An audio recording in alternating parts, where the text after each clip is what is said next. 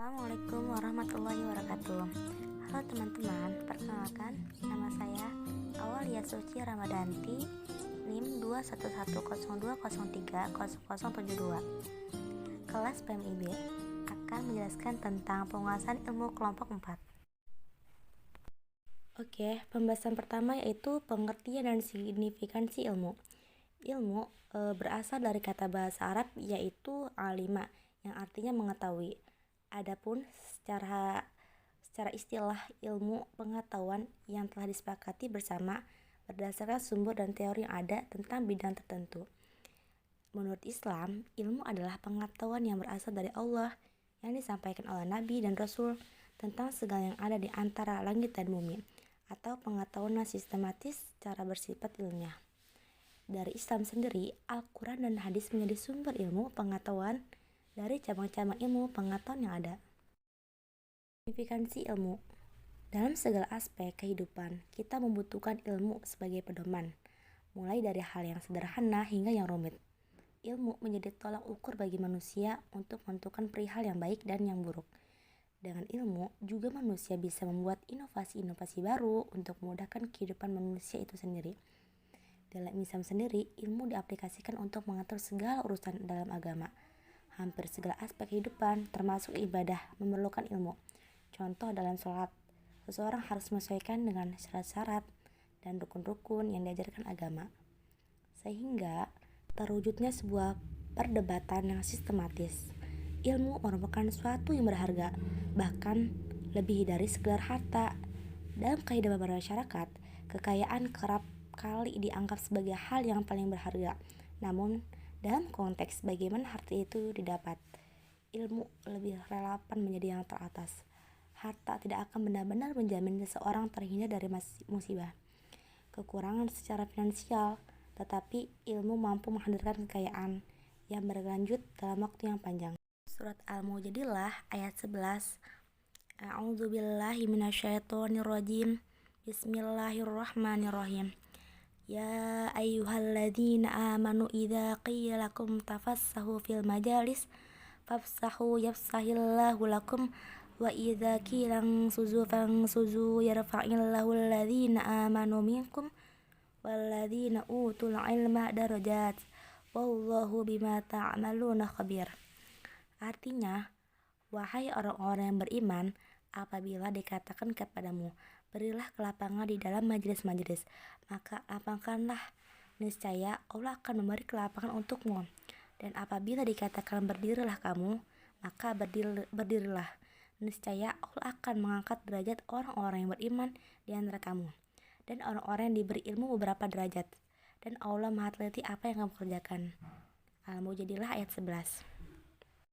Diriwayatkan dari Ibnu Jarir yang bersumber dari Qatadah bin An-Numan bahwa apabila ada orang yang baru datang ke majelis Rasulullah SAW, para sahabat tidak mau memberikan tempat duduk di dekat Rasulullah SAW. Maka Allah menurunkan ayat 11 surat Al-Mujadilah sebagai anjuran untuk memberikan kelapangan, tempat dan majelis. Dari ayat di atas kita bisa memetakan kandungan-kandungan yang ada dalamnya sebagai berikut. Pertama yaitu menghargai sesama. Di dalam ayat tersebut ditekankan agar umat muslim bisa saling berendah hati dengan sesama, khususnya dalam majelis ilmu. Dalam Islam sendiri tidak selalu membahas tentang bagaimana cara menjalin hubungan baik dengan Allah SWT, tetapi juga bagaimana seseorang bisa menjalin hubungan baik pula dengan manusia dan alam. Ketika seseorang memiliki hubungan baik dengan orang lain, maka dia akan mendapatkan keharmonisan dalam bersosialisasi dan juga mempengaruhi aspek-aspek kehidupan yang lain. Nabi Muhammad SAW mencontohkan itu dalam kehidupan sehari-harinya, mulai dari mendahulukan kepentingan umat di atas kepentingan pribadi, hingga menjalin kerukunan antara umat yang berbeda agama di Madinah. Poin kedua yaitu Allah menaikkan derajat penuntut ilmu. Seseorang penuntut ilmu selain mendapatkan keutamaan dari ilmu itu sendiri, ia juga mendapatkan keutamaan di sisi Allah SWT. Orang yang beriman tanpa didasari oleh ilmu, dia tidak akan tahu apa-apa. Sedangkan orang yang berilmu tetapi tidak didasari iman, ia akan tersesat. Karena bisa jadi ilmu yang dimilikinya dipergunakan untuk hal yang tidak baik. Jadi, relevansi antara ilmu dan agama merupakan sesuatu yang penting. Hadis keutamaan menuntut ilmu dan mengembangkan ilmu pengetahuan, yaitu man kharaja fi talabil ilmi fahuwa fi sabilillahi hatta yarji'a, yang artinya barang siapa yang keluar untuk menuntut ilmu maka ia berada di jalan Allah hingga ia pergi. Hadis riwayat Tirmizi. Hadis ini menerangkan bahwa menuntut ilmu memiliki balasan layaknya berjihad di jalan Allah.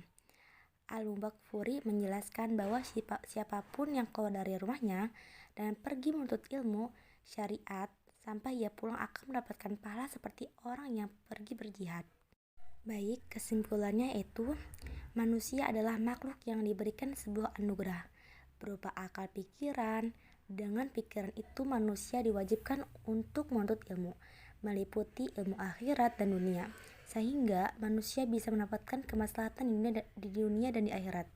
Dalam konteks pengawalan masyarakat ilmu yang dimiliki seorang pengamat masyarakat menjadi salah satu acuan bagaimana dan seperti apa pemberdayaan tersebut. Maka ilmu pengembangan masyarakat adalah unsur wajib dalam suatu pemberdayaan. Terima kasih, kurang lebihnya mohon maaf. Wassalamualaikum warahmatullahi wabarakatuh.